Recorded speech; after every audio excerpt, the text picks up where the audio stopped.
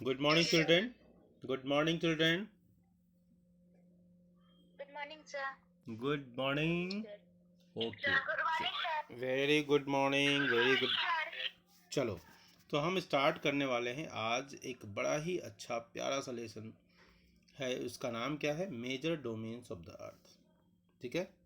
Major domains कौन कौन से हैं अर्थ के, उसके बारे में हम पढ़ेंगे। ठीक है।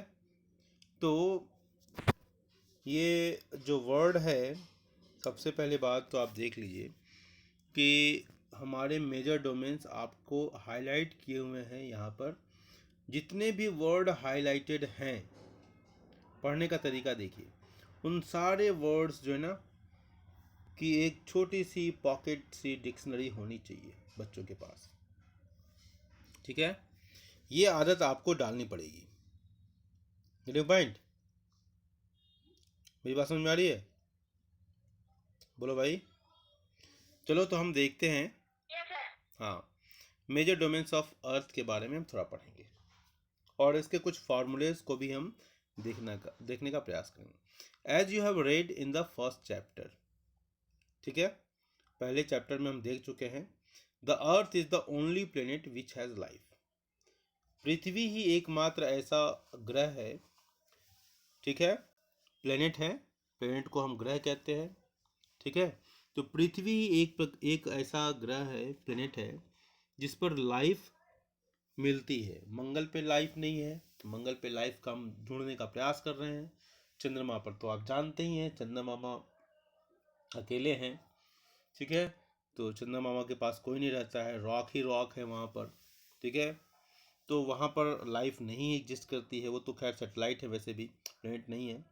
न मर्क्यूरी पर है, न जुपिटर पर है, और नेपच्यून और बाकी प्लेनेट पर भी नहीं है लाइफ। ठीक है। लाइफ अगर कहीं दिखाई देती है तो 6 बिलियन लाइफ, वो मोर देन 6 बिलियन, वो केवल और केवल अर्थ के ऊपर दिखाई देती है। ठीक है। Human beings can live here because the life sustaining elements of land, water and air are present on the earth। पृथ्वी पर लाइफ क्यों दिखाई देती है आयुष? इसलिए दिखाई देती है कि आयुष को श्वास चाहिए, प्राणवायु। ठीक है। अनुलोम विलोम कैसे करोगे? ठीक है। तो उस अनुलोम विलोम को करने के लिए हमको वायु चाहिए, और वायु के बिना हम लाइफ में अपनी जिंदगी को बचा नहीं सकते। इसलिए प्राणवायु, जिसको हम वायु ऑक्सीजन कहते हैं, वो वायु हमको पृथ्वी पर दिखाई देती है। ठीक है। तो land, water and air. Land, जिस पर हम रहते हैं, अगर ज़मीन नहीं हो तो हम अपना मकान कहाँ बनाएंगे, कहाँ रह पाएंगे? तो लैंड। वाटर अगर नहीं हो तो जानते हो, हमारे शरीर में भी देख लो, water is a wonder liquid कहते हैं। एंड हमारे शरीर का 70% लगभग हिस्सा जो है वो पानी का होता है। आप कभी खेल कर आओ तो समझो कि आपकी मम्मी बोलेंगी बेटा नाश्ता कर लो, तो नहीं नहीं नहीं, पहले पानी पिएंगे, पहले पानी पिएंगे। तो पानी का इम्पोर्टेंस बहुत बड़ा है। ठीक है। तो land, water and air all are present on the earth, and that's why earth supports the life. The surface of the earth is a complex zone in which three main components of the environment meet। ठीक है। Three main components of the environment. Environment is what? Environment is our surrounding system. ठीक है। Environment क्या है? हमारे आसपास जो कुछ भी दिखाई दे रहा है वो सब एनवायरमेंट का हिस्सा है। हमारे आसपास जो भी सिस्टम दिखाई दे रहा है वो सब एनवायरमेंट उसका पार्ट है। तो एनवायरमेंट इज व्हाट? बहुत ही शॉर्टकट में डिफाइन किया था, बहुत ही प्यारा सा definition. Environment is our surrounding system. ठीक है। The solid portion of the earth on which we live is called lithosphere। जो सॉलिड हिस्सा दिखाई दे रहा है अर्थ का, जिस पर हम रहते हैं, जिस पर आयुष रहता है, प्रिया रहती हैं, अविक्षित कुमार रहते हैं, श्रेयांशु जी रहते हैं, शेख अब्दुल रहते हैं, वो सब क्या कहते हैं? वो हार्ड सरफेस का बना होता है, उसको हम कहते हैं लिथोस्फेयर। ठीक है। और the gaseous layers that surrounds the earth, और अर्थ के चारों तरफ गैस की एक लेयर होती है जिसको हम कहते हैं एटमॉस्फेयर। सो एटमॉस्फेयर को हम शॉर्टकट में क्या डिफाइन कर सकते हैं? Atmosphere is a surrounding layer of air around the earth surface. अगर ये एटमॉस्फेयर नहीं हो तो इसके क्या परिणाम हो सकते हैं उसकी चर्चा हम बाद में करेंगे, ठीक है। अगर एयर ही नहीं हो, ठीक है, तो क्या क्या समस्याएं आ सकती हैं, ठीक है। क्योंकि एयर नहीं है तो मतलब एयर अगर नहीं है तो फिर हमारा ऑक्सीजन नहीं है, ठीक है। एयर अगर नहीं हो, ऑक्सीजन नहीं हो, तो हम घर में खाना नहीं बना सकते हैं। अगर केवल ऑक्सीजन हो तो क्या होगा, एक बार अगर आग लग गई तो फिर आग बुझेगी नहीं, तो कार्बन डाइऑक्साइड की भी ज़रूरत है, ठीक है। तो हमारे इन्वायरमेंट में जो भी गैस हैं, ईश्वर ने, प्रकृति ने उसको बड़ा ही सोच समझकर कंपोजिशन दिया है कि नाइट्रोजन को ज़्यादा दिया क्योंकि लैंड बहुत बड़ा है। नाइट्रोजन से हमारे अर्थ के का जो शरीर है, अर्थ, उसको ढेर सारा नाइट्रोजन मिलता है और नाइट्रोजन ग्रोथ के लिए बहुत ही आवश्यक है, ठीक है। नाइट्रेट बहुत तरह के फर्टिलाइजर्स होते हैं, खाद्य होती हैं। तो एटमॉस्फेयर का बड़ा ही महत्व है। एटमॉस्फेयर हमारे अर्थ के चारों तरफ हवा का जो एक लेयर बना हुआ है, सराउंडिंग लेयर है। और ये जानते हो इसी एटमॉस्फेयर में हमारे पास जो शरीर को बचाने वाली जो किरणें होती है ना, शरीर को जो ओजोन एक लेयर होती है, ठीक है, ओजोन की एक लेयर होती है जो सूर्य की रोशनी में पाए जाने वाले अल्ट्रावायलेट रेज को एब्जॉर्ब कर लेती है और उससे होने वाले शरीर के ऊपर होने वाले प्रभावों से हमारे शरीर को बचाती है। It protects from the harmful ultraviolet rays, ठीक है। तो this is the importance of atmosphere, ठीक है। अगर एटमॉस्फेयर नहीं होता तो टेम्परेचर में अप्स एंड डाउन्स बहुत होते, ठीक है। अगर दिन का टेम्परेचर बहुत ज़्यादा होता और रात में बहुत ठंडक पड़ती, तो ये टेम्परेचर ही है जो हमारे चारों तरफ एक क्या कहते हैं उसको, ब्लैंकेट की तरह काम करता है। जैसे ब्लैंकेट के अंदर घुस जाते हो ना, तो हमारे बॉडी के टेम्परेचर से ही वो ब्लैंकेट क्या करता है ना, बाहर के टेम्परेचर को अंदर नहीं आने देता है और अंदर के टेम्परेचर को बाहर नहीं जाने देता है। उसका वही काम होता है और हमको गर्मी महसूस होती है। तो एटमॉस्फेयर का क्या महत्व है, गैसेस का क्या महत्व है, आपको इस छोटे से एग्जांपल्स में समझ में आया होगा। Where nitrogen, carbon dioxide and other gases are found. Atmosphere में क्या है, बहुत सारी गैसेस मिलती हैं। कुछ गैसेस का आपके सामने नाम लिखा हुआ है, ठीक है। Water covers a very big area of the earth surface. Water जो है अर्थ का एक बहुत बड़ा हिस्सा कवर किए हुए है and that is known as hydrosphere. इसलिए हाइड्रोस्फीयर ना, हाइड्रो। इसी तरह जब कुत्ते काटते हैं ना तो उसको एक बीमारी होती है हाइड्रोफोबिया, मतलब आपको पानी से बहुत डर लगेगा, ठीक है। तो हाइड्रोस्फीयर जो है ये वाटर बॉडी जो है वो हमारे अर्थ के चारों, हमारे अर्थ के ऊपर सबसे अधिक हिस्सा कवर किया हुआ है, वो हाइड्रोस्फीयर है, okay. The hydrosphere comprises water to all its forms, that is ice, water and water vapour, ठीक है।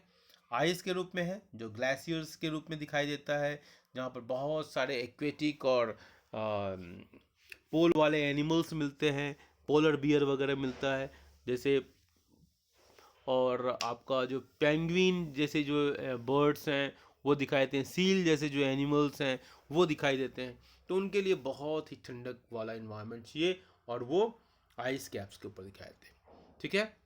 तो अब हम आते हैं द बायोस्फीयर के बारे में। The biosphere is the narrow zone, ये बहुत ही इंपॉर्टेंट है, ठीक है। बायोस्फीयर बहुत ही इंपॉर्टेंट है।